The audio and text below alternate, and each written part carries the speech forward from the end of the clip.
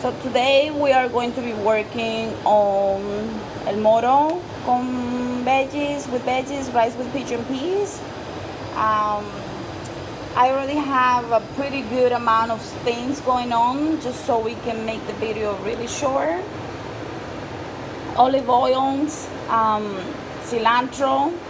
We have, well, actually I'm going to use the Spanish olives. Depending on what flavor you want to give it, you could use olive oil, or you could use, if you're going to do like a paella, you could do the seed, this type of algae oil, so it gives it that flavor. If you want something to be more like Asian inspired, then you can do the sesame oil. I already have everything I'm going to need. I have the cilantro, the peppers. If you want to make it spicy, you could use one of the hot Scottish bonnet pepper, onions, peppers. This is my oregano and thyme and other greens that I puree to make it into my seasoning. This is more cilantro. This is actually parsley. I'm going to use a little bit of that. I have my tomatoes in case I'm going to need it. This is the parsley. I have my rice, organic jasmine rice, and I have my coconut oil. I'm going to be using that. You could also do the coconuts and grate it and get the milk out, but you will need more coconuts, and I didn't get enough. Yeah, that was my mistake. And also the garlic. If you see here, it's very simple. I already have my pigeon peas going, so I just want to show you that real quick. Got my onions. So the pigeon peas are going right here. So if you see here, I already have them going. It's almost the end, so it's already a low medium heat because I'm going to transfer everything and start working with the rice here. So this is the pigeon peas. I just want to show you. They've been cooking for a while. I actually had them cooked, slow cook overnight. So they're almost done. You'll know when they're done when they're soft. Actually, let's do one just so we know if they're soft enough. This is already hot here, so I have to be careful. See, you can squish it out and it's nice and soft. So I'm going to start working on the next step right here. So I have a little bit of the tomato paste, some olives, onions, cilantro, just to add some flavor.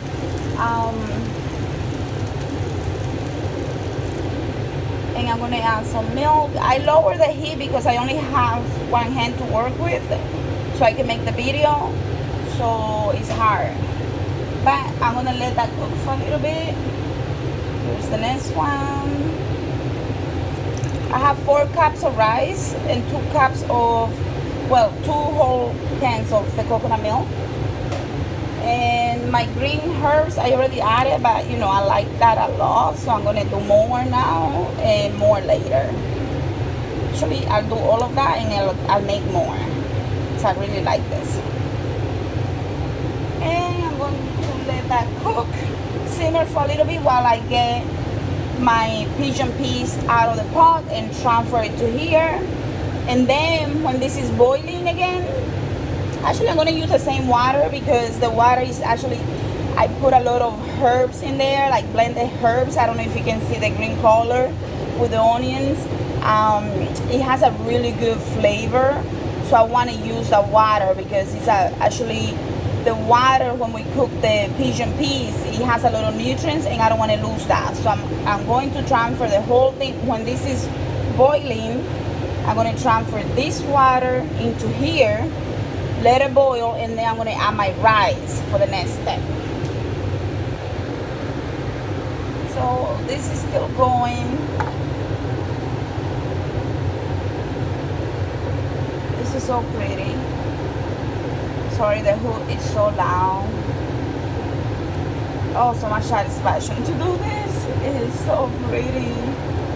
I'm going to increase the heat because I have it at low heat right now. Let's get that going, baby. I'm gonna let this simmer, and then when it's really nice and ready, I'm gonna transfer my pigeon peas that are really nice and ready. This has been cooking for over 4 hours overnight, and then yeah, well, it was 8 hours overnight because I left it in the slow cooker, and now it's been cooking for a while. I reduced the heat just so I can start working on everything else, because I don't want to ruin it, but I just want to show you this. So if you want to make it spicy again, you can use the hot Scottish peppers or any jalapenos or something like that. If you're going to use the coconut, obviously you're going to have to cut this. You can use a hammer with a knife to cut it in half, or get it already cut from the store, and then you're going to grate it. You're going to take it out, grate it, and make it into a milk to get the milk out. And you can drink the water, of course. If you want to give it the Haitian inspired flavor to what we're going to do is actually that I'm going to end up doing, and this is my coffee. So what we're going to do is that once we're done with the Moro, with the Spanish Dominican style vegan Moro with veggies, I'm going to end up adding some of the saltfish. This saltfish here, I think we already did that recipe, so I'm just going to take my saltfish that I already have made and add it to my Moro to make like a paella in flavor. I want to make something new. That's going to be our employees' lunch for today, so I want to make it really nice for them. But I wanted to give you the overview of how this looks, how, some instructions on how to make it. You already know how to make the saltfish, so at the end, when we have this Moro, we're just going to combine this with the saltfish, add a little bit of the sesame oil, and make it into, or you could do the algae oil and make it into a paella. Okay, so this is ready now.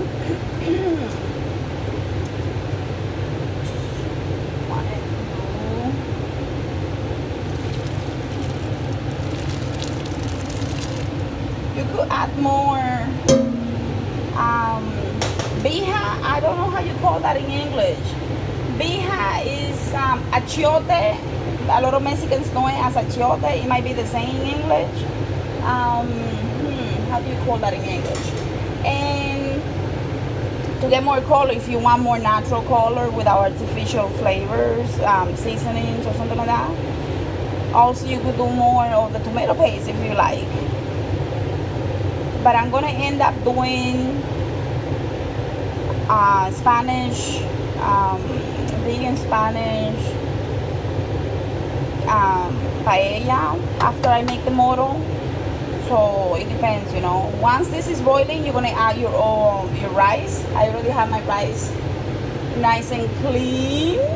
Basically clean it, rinse it a few times, get them, stuff out. Anything that comes to the surface, you're gonna take away, because if it comes to the surface, it's not good. And once this is ready, we're gonna add the rice. I had to add a little bit of the all-purpose seasoning. I don't even know if that's in the recipe, guys. I completely think I forgot that. I'm so sorry, but definitely add a little bit. I added more herbs. This is like a tablespoon of seasoning, and you have the sea salt as well that you added, right? But I'm not sure. I'm not looking at the recipe right now. I'm not sure if I mentioned the all-purpose seasoning if you want that extra kick. Oops. Okay, so I'm gonna add my rice. 4 cups, and I might need more if I have too much water, if I didn't let this dry enough. I think 4 cups is gonna be okay. I'm gonna let this cook until the rice is really nice and tender. So we're gonna come back and check on this. Okay, so here you already see that the rice, you see where the depth is, and the rice is really nice and coming up. That means everything is going well. Just gonna move it around a little bit to allow all the grains to be really nice. See all the pigeon peas coming up. Smells really good, guys. Once this is standing, so that's good. I like to do that because my grandmother used to do that, to know that she didn't have too much water. If you do have too much water, you take a little bit of the water out little by little, just so you don't have a block of food. You know, you want to have a really nice dry moro. You don't want to have it so soggy that it feels like it's a soup, you know. So I'm gonna let this cook for a little more and then come back. Okay, so here we have a pretty good water to rice ratio. So we're just gonna move it around, and then we're gonna let this, I mean, this took like 30 minutes, 30 minutes, I wasn't counting. I'm just gonna move it around and do a better job because I'm only using one hand. But I don't want to let it, I'm gonna lower the heat so it doesn't get burned. Because it has, you see this? If it gets too, the heat's too high, the bottom is gonna burn, it's gonna ruin my rice. See that? So that's because I had the rice, the stove top too high. I have to lower the heat to medium and let this cook for another maybe 30 minutes. Okay, so here is much drier. It's already been like 10 minutes. I'm going to add the saltfish that I already have made to this to make it into a paella. So you have the recipe for the saltfish. So once you have your saltfish and this moro, I'm not gonna add the tomatoes because I'm allergic to tomatoes. So I'm gonna have this because it smells so good. So I'm gonna leave it without the tomatoes, but you could also add more peppers, whatever veggies you want, you can add it to this now that it's almost there, because you don't want to overcook the veggies. Like I add the veggies before because I like those flavors in there. But if you want the veggies to be more in the raw form, you add it at the end. Looks really good. Smells really delicious. Okay, so my mother just reminded me that paella doesn't have pigeon peas, but like I said, I'm using the moro to make my own creation so I can add more flavor to this moro. Okay, so I'm gonna add all of this fresh cilantro. I added my organic nori seeds, that's why it looks like that. Peppers, onion, and I have my aki and the vegan saltfish that we make here. It's all here, so I'm just gonna mix this around. And everything is, the saltfish is fresh, so I just have to cook this, mix it, and maybe cook it for 5 minutes because everything is fresh. And that's it. This is gonna be the moro, and now it's a paella, my own style paella.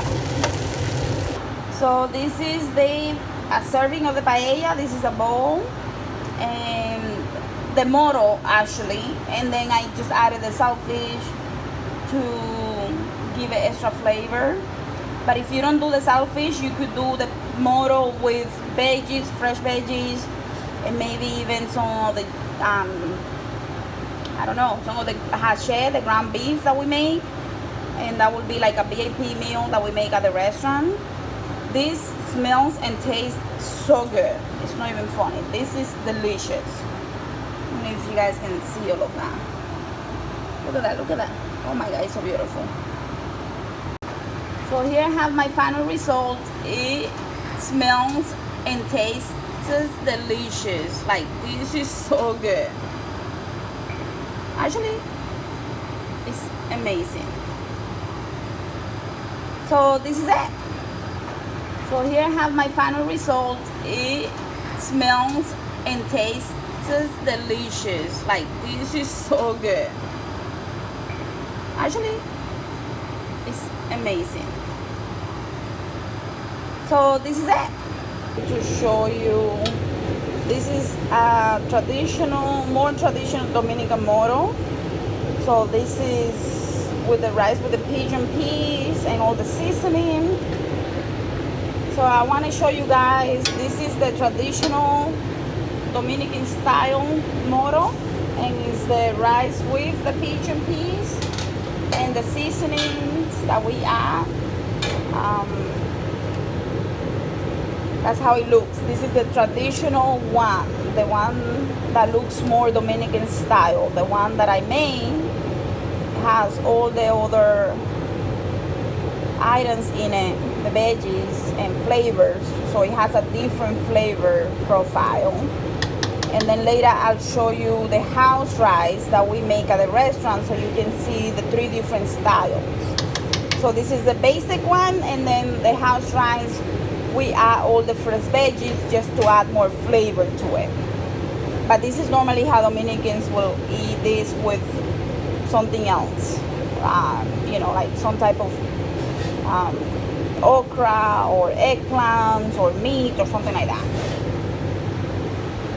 Okay guys, so we have a little bit of olive oil here. You can use less. I just wanted to add a little more. That's water, but I did add a little bit of the olive oil. And now we're gonna add the veggies, cilantro, tomatoes, peppers, and onions. And now we're gonna add the moro, which is the moro that you saw. We already started service, so it's a little bit here, but my mom will bring it over. The moro, okay, so this is the moro, and now you're gonna add it to your veggies, and now you have the house rice with a little bit of seasoning, to adding a little extra touch, and we're gonna let the onions cook enough until you have